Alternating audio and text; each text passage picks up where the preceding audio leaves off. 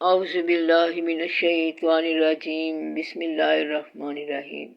السلام علیکم ورحمۃ اللہ وبرکاتہ۔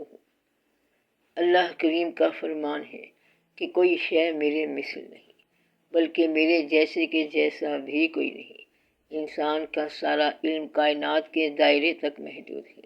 ہم جتنی بھی چیزوں کے نام جانتے ہیں یا دیکھتے ہیں یا سنتے ہیں یا ہمارے علم میں آتی رہتی ہیں، ماضی سے ہیں، مستقبل سے ہیں یا حال سے ہیں، سب نام ہی نام ہیں۔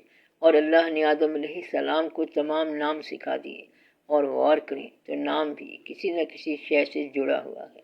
اور اللہ کا فرمان ہے کہ کوئی شے میرے مثل نہیں، یعنی کہ اللہ کے متعلق ہم صرف اس کے نام کے سوا کچھ نہیں جانتے، صرف اس کی صفات کو اتنا ہی جانتے ہیں جتنا کہ اس نے خود بتایا کہ وہ رحمان ہے، رحیم ہے، حیو ہے، قیوم ہے، قدوس ہے، غنی ہے، کریم ہے، خالق ہے، مالک ہے، باری ہے، مصور ہے، ذوالجلال والاکرام ہے، السلام ہے، المؤمن، المہیمن، العزیز، الجبار، الباسط، القابض، الحکیم، المتکبر ہے۔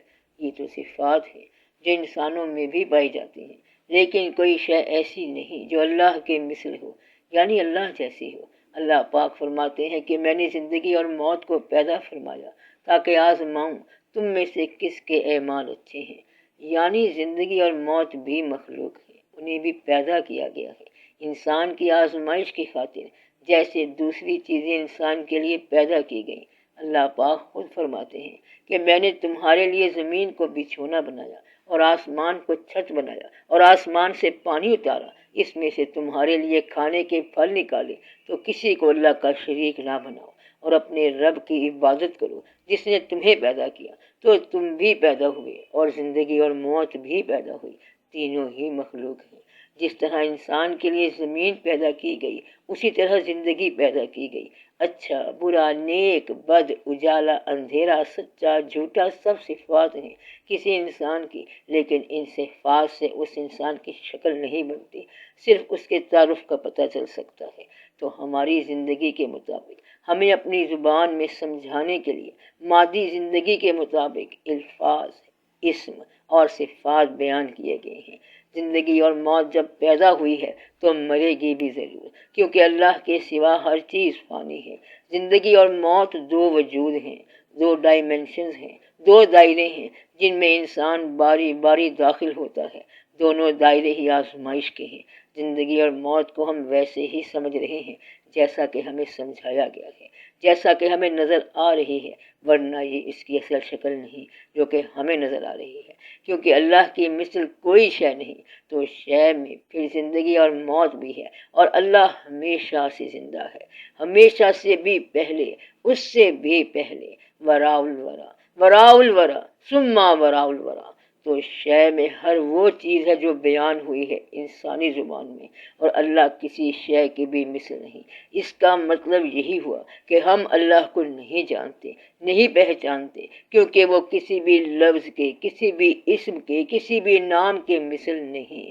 اس کا حی و قیوم ہونا ہماری زندگی کے مثل نہیں، ہماری سمجھ کے مطابق نہیں، وہ کچھ اور ہی ذات ہے، کچھ اور ہی بلند، عظیم، پاک ذات ہے جو الفاظوں میں بیان ہو ہی نہیں سکتی، کیونکہ اللہ کے مثل کوئی شے نہیں، اور اس جیسے کے جیسے کی بھی کوئی مثال نہیں۔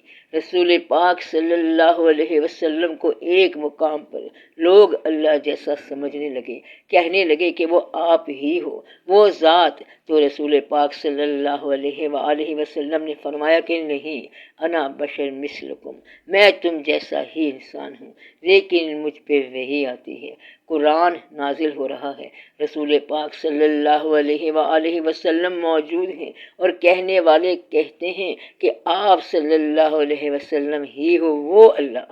تو اللہ فرماتے ہیں کہ میرے جیسے کے جیسا بھی کوئی نہیں ہے، یعنی میرے مثل تو کوئی شے ہے ہی نہیں کہ تم کہہ سکو کائنات کی کسی بھی شے کو کہ یہ خدا ہو سکتا ہے، لیکن میرے محبوب صلی اللہ علیہ وسلم کو، جسے تم میرے جیسا سمجھ رہے ہو، اس کی مثل بھی کوئی دوسرا انسان یا شے نہیں۔ تم انہیں ابھی ان کے صفات سے ہی پہچانتے ہو کہ وہ صادق ہیں، امین ہیں، لیکن وہ کیا ہیں، مقام محمود کیا ہے، معراج کیا ہے، ان کی حقیقت نہیں جانتے، سوائے اتنی جتنی کہ تمہیں تمہاری زبان میں سمجھائی گئی ہے۔ ہم اس چیز کو مان گئے، تسلیم کر کے کہ اے میرے پروردگار، ہم تجھے نہیں جان سکے، نہیں پہچان سکے، بس تو میرا رب ہے، میرا پروردگار ہے اور میں تیری بندی۔ اللہ ہو تو ہی تو، اللہ ہو تو ہی تو سب کا بھلا، سب کی خیر۔ جیتے رہو بہن بھائیوں، بیٹے بیٹیوں، فی امان۔